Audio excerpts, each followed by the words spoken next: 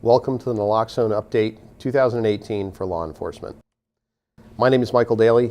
I'm an Associate Professor of Emergency Medicine and Chief of Pre-Hospital and Operational Medicine at the Albany Medical Center.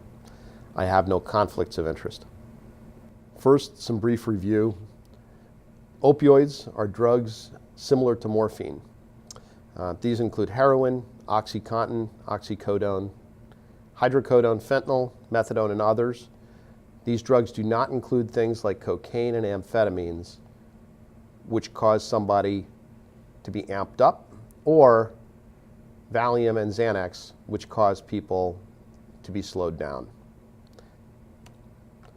Opioids are causing so much trouble in society today because they actually create both dependency and addiction in some individuals. We'll never know who can become either dependent or addicted prior to them starting to use these drugs. The problem we have now with opioid overdose is that this is impacting all socioeconomic groups in all regions of New York State and the United States in general. These drugs are affecting people from all walks of life, including people who use opioids for pain control, young people experimenting with drugs, drug users who've been using for a long time, particularly after they've either been in rehab, prison, or recovery. And these overdoses are occurring in all settings across the state, including our cities, our towns, and our farming communities.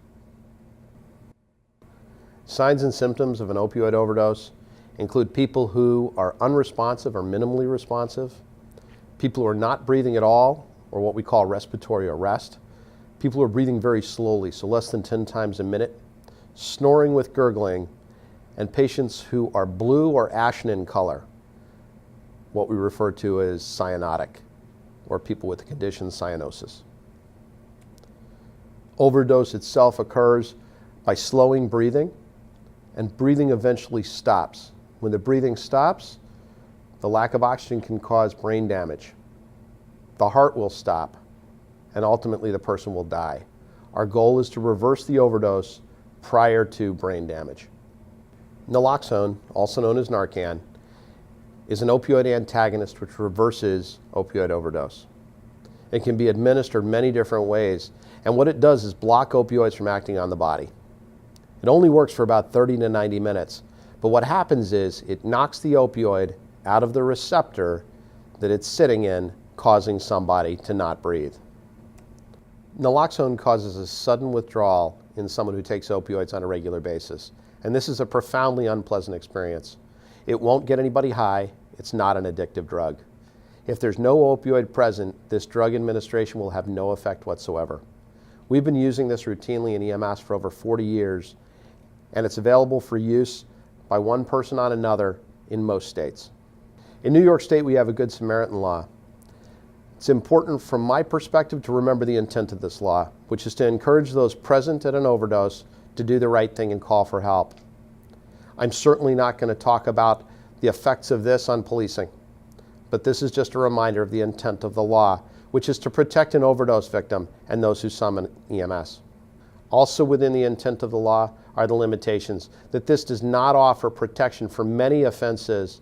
It does not extend into outstanding warrants, probation, or parole. And please check with your individual department, your district attorneys, and your supervisors to make sure that you're operating in compliance with the law.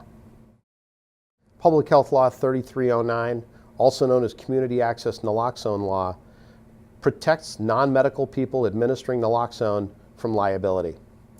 This is what law enforcement officers are administering naloxone under. Community access naloxone programs may be administering intramuscular naloxone from kits similar to the one in the picture, Intranasal Naloxone, similar to what we used to do in law enforcement. Key facts of our law enforcement program thus far since 2014, law enforcement officers across New York State have reversed over 4,000 overdoses. There are 620 different law enforcement agencies with trained members, and 242 different agencies have reported reversals.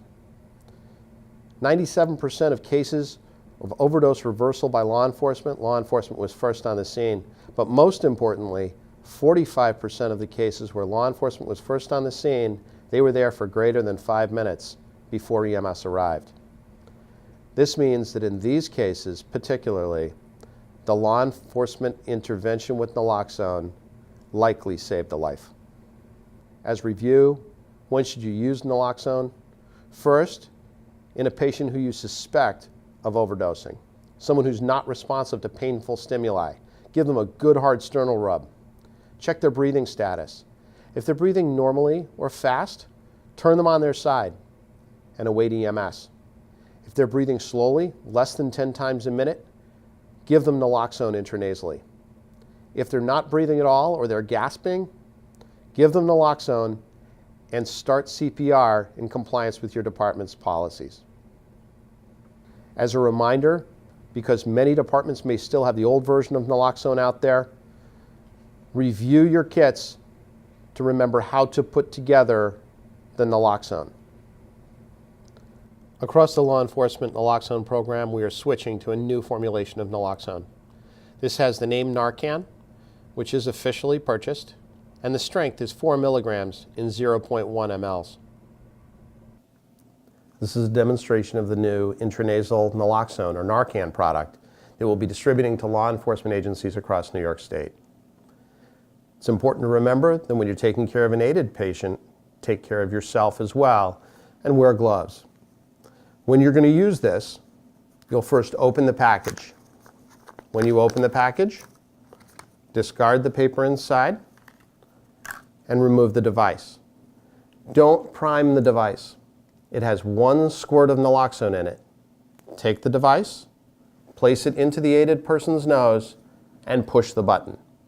When you push the plunger, 4 milligrams of naloxone will be distributed across the patient's nose, and that will then start to reverse the opioid overdose. If the patient requires a second dose, give them a second dose in 3 minutes if they haven't recovered their level of consciousness and their respiratory effort.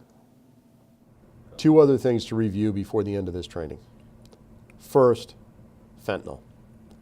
Fentanyl is the most powerful opioid regularly used in medicine. It's about 100 times stronger than morphine. It has an incredibly rapid onset of action and a very short duration of action. Unfortunately, it's been illegally manufactured since about 2013 and is often being mixed with heroin and in fake pills. There are reports of chest wall rigidity and rapid effects leading to overdose among users. The risks to public safety officers have been delineated several times, but may be overplayed.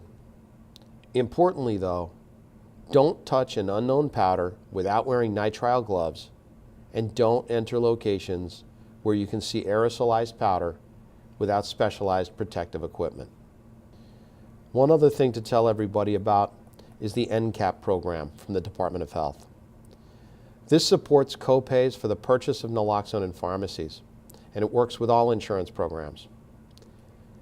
Currently, there are many community access programs that are giving out naloxone. By giving naloxone out through pharmacies and supporting the copay, this actually is saving the state a significant amount of money. Naloxone can be acquired at most pharmacies in New York State without a prescription. And this allows people with substance use disorders to access naloxone without any stigma. In closure, please remember, opioid overdose is a symptom of a disease, the disease of substance use disorder. Substance use disorder is not going away. Law enforcement treatment of opioid overdose has been fantastic. This program has saved countless lives across New York State. The new naloxone formulation will make participation in this program even easier. When to use naloxone? Suspect an overdose, give them a sternal rub, check their breathing status. If they're breathing slowly, give them naloxone.